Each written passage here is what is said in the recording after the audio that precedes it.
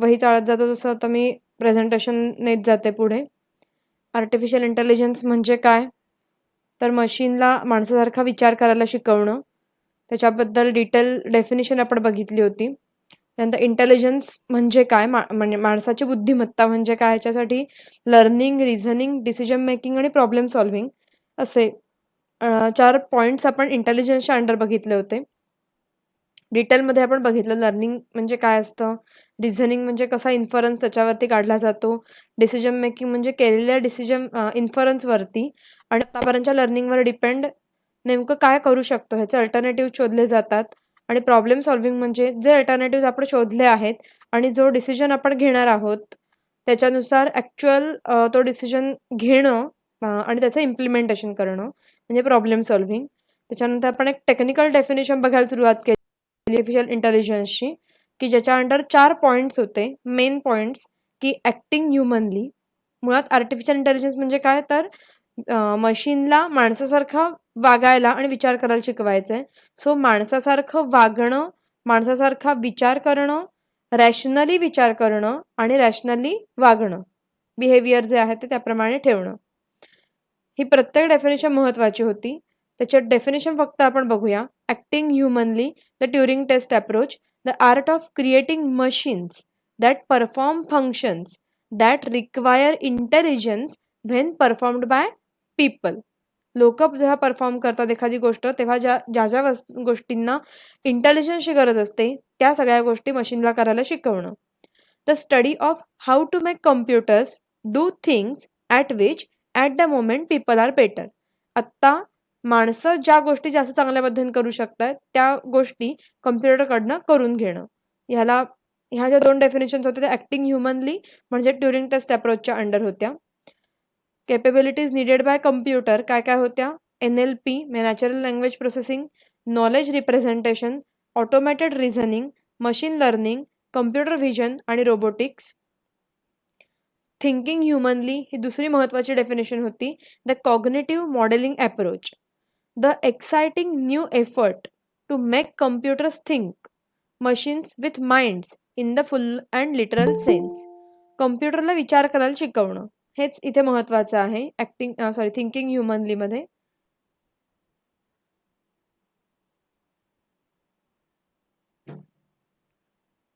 आणि त्याच्यासाठी आपल्याला काय करणं गरजेचं आहे, तर माणूस कसा विचार करतो हे बघण्यासाठी इंट्रोस्पेक्शन, सायकॉलॉजिकल एक्सपेरिमेंट्स आणि ब्रेन याही गोष्टी तेवढ्याच महत्त्वाच्या होत्या. त्यानंतर थिंकिंग रॅशनली तिसरी definition, the laws of thought approach, the study of mental faculties through the use of computational models. Computational मॉडेलचा वापर करून एक ठराविक मॉडेल बनवायचं आणि त्याच्यावरती डिपेंड राहून फॉर्म्युलांचा वापर करून काहीतरी डिसिजन घ्यायचा. हे कसं माणसाच्या मनामध्ये केलं जातं त्याचा अभ्यास करणं म्हणजे थिंकिंग रॅशनली. एखादा रॅशनल विचार माणूस कसा करतो ह्याचा अभ्यास म्हणजेच the laws of thought approach. The study of the computations that make it possible to perceive, reason and act. एखादी गोष्ट समजून घेणं, त्याला रिझनिंग देणं, इन्फरन्सेस काढणं आणि त्या पद्धतीने बिहेवियर आपलं ठेवणं. ह्या सगळ्या गोष्टी तिथे इम्पॉर्टंट होत्या. त्यानंतर चौथी definition, acting rationally, the rational agent approach. Computational intelligence is the study of the design of intelligent agents. Intelligent agent कसे बनवले पाहिजेत. आता माणूस कसा वागतो आणि माणूस कसा विचार करतो हे तर बघून झालं आपलं. रॅशनली विचार करणं बघून झालं, तर ॲक्च्युअल ॲक्टिंग रॅशनली.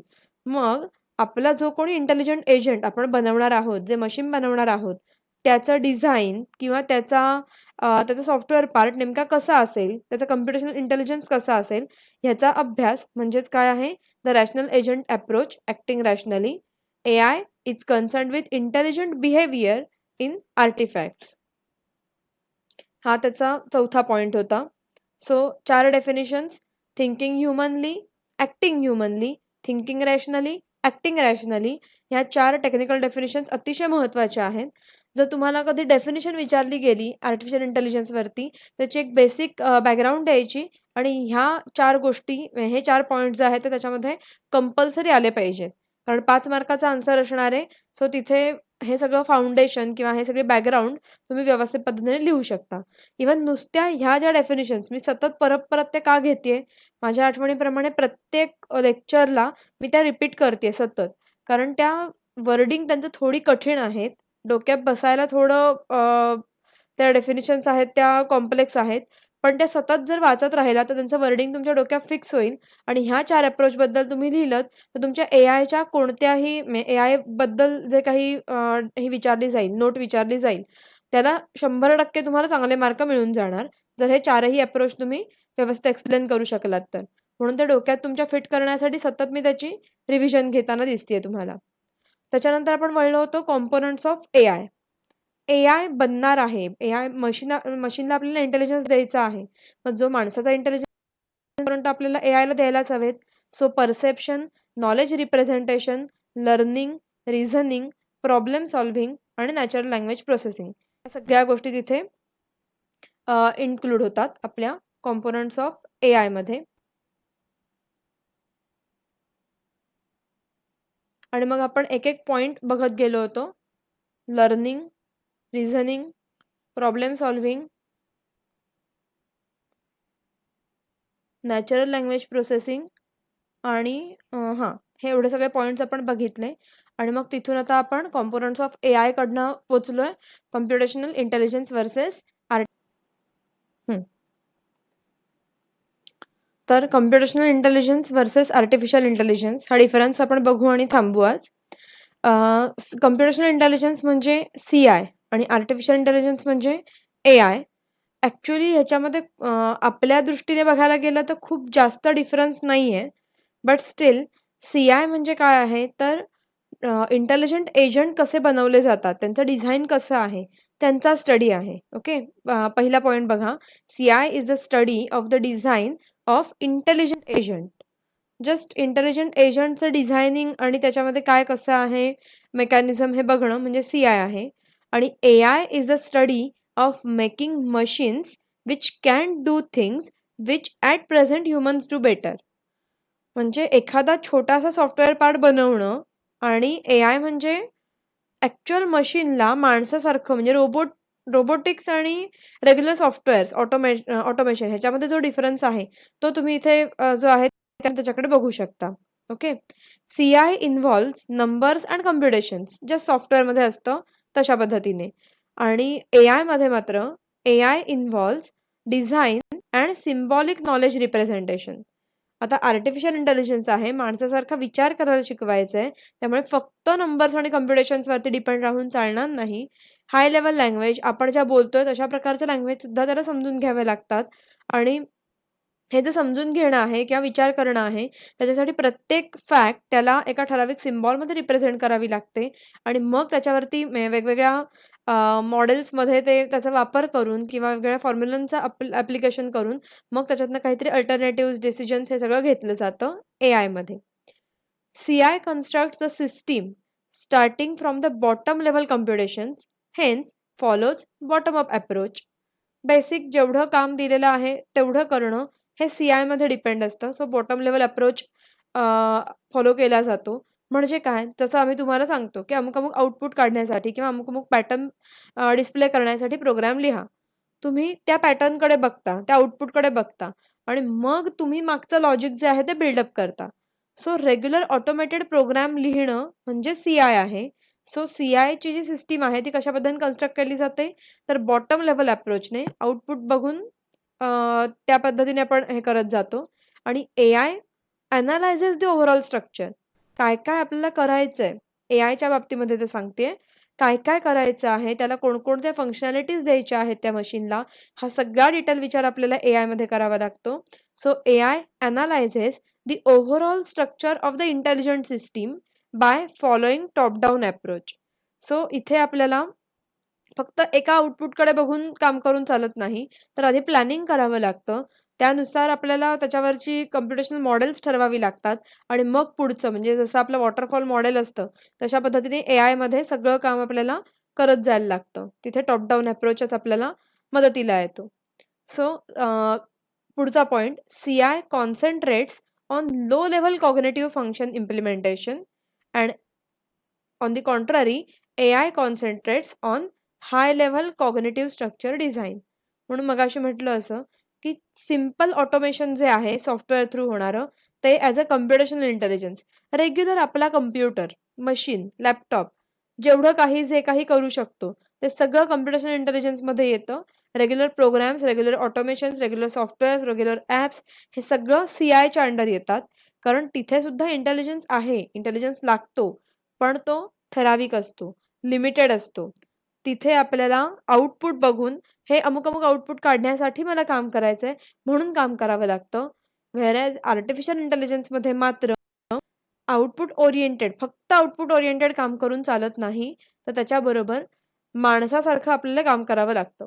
म्हणजे अगदी प्रॉपर एक्झाम्पल द्यायचं म्हटलं, तर मी समजा रस्त्याने किंवा मी वर्गामध्ये उभी आहे आणि मी शिकवतेय. आणि शिकवता-शिकवता काय झालं समजा एखाद्या मुलाला खोकला लागला किंवा ठसका लागला असं समजा. तर कॉम्प्युटेशनल इंटेलिजन्स, रोबोट किंवा व्हिडिओ तिथे चालू असेल. माझ्याऐवजी रोबोट तिथे आहे. नाही रोबोट असं पण नाही म्हणता येणार. तिथे व्हिडिओ लेक्चर चालू आहे असं गृहीत धरा. तर तो व्हिडिओ काही करू शकेल का? नाही करू शकणार. कारण इथे इंटरॅक्टिव्ह नाहीये. कॉम्प्युटेशनल इंटेलिजन्स आहे. तुमचं फक्त लेक्चर चालू आहे. समोर फक्त एक जस्ट ऑटोमॅटिक लेक्चर चालू आहे. त्याच्यामध्ये कोणत्याही इन्व्हॉल्वमेंट नाहीये समोरच्या एन्व्हायर्नमेंटमध्ये. सो त्या लेक्चरमध्ये व्हिडिओ लेक्चरमध्ये उभी असलेली व्यक्ती काहीही करू शकणार नाही. कारण ती इन्व्हॉल्व्ड नाहीये त्या पूर्ण एन्व्हायर्नमेंटमध्ये. ती फक्त स्वतःचं जे काम आहे कॉम्प्युटेशनल इंटेलिजन्स दिलेलं आहे तिला, की लेक्चर देणं तेवढंच काम चालू आहे. ओके. हे अ, एक एक बाजू झाली त्याची. पण हेच जर त्या ठिकाणी व्यक्ती उभी असेल, इंटेलिजंट ह्युमन बीइंग उभा असेल आणि एका व्यक्तीला ठसका लागलाय. आपण काय करू? माझं हे काम नाही असं कोणी म्हणणार नाही. पटकन पाणी दिलं किंवा विचारलं, "काय बरं वाटतंय का?" किंवा शेजारच्याला पाणी द्यायला सांगितलं. लेक्चर चालू असतानाच हा विचार मी करू शकते. का करू शकते? कारण मी ह्युमन बीइंग आहे, माझ्याकडे इंटेलिजन्स आहे. त्याच्यामध्ये मला माझा अल्गोरिदम थांबवून, मी शिकवते तो विचार थांबवून, मग आता काय बरं करू? काय झालंय नेमकं ह्याला? ठसका लागलाय. मग त्याला विचारू, मग ते अल्गोरिदम रन करून, मग त्याच्यावरती मी काय अप्लाय करते? इतकं डिटेलमध्ये मला काहीही करावं लागत नाही.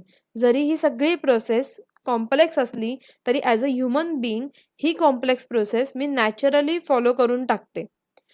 अशा पद्धतीने जर मशीनला आपल्याला बिहेव करायला शिकवायचं असेल, नॅचरली माणसासारखं, तर त्याला काय म्हणायचं? तर आर्टिफिशियल इंटेलिजन्स आणि म्हणून तिथे रॅशनॅलिटीचा विचार हा सगळ्यात पहिला केला जातो. कॉम्प्युटेशनल इंटेलिजन्समध्ये रॅशनॅलिटी ही येत नाही. 2 नंबर्स ॲड करायचेत. समोरचा माणूस काहीही त्याला झालं, तर 2 नंबर ॲड करायचे तर 2 नंबर ॲडच करत बसणार आहे. व्हेअरएज एआयमध्ये जर काही प्रॉब्लेम झाला, सिस्टम क्रॅश झाली किंवा इतर कोणत्या गोष्टी झाल्या, तर त्याच्यावरती नेमकं काय मी आता वागलं पाहिजे? कोणती ॲक्शन घेतली पाहिजे? हा सगळा विचार नॅचरली एआय सिस्टमला करता येणार आहे. ओके. त्यामुळे हा बेसिक डिफरन्स आहे रेग्युलर सॉफ्टवेअर्स आणि आर्टिफिशियल इंटेलिजन्सच्या सॉफ्टवेअर्समध्ये. एआयला सुद्धा सॉफ्टवेअरच लागणार आहे. फक्त ते खूप हाय लेव्हलचं सॉफ्टवेअर असणार आहे. खूप वरच्या लेव्हलचं सॉफ्टवेअर असणार आहे, ज्याच्यामध्ये सगळ्या गोष्टींचा विचार माणसासारखा विचार करायला आपण त्याला शिकवतो आहोत.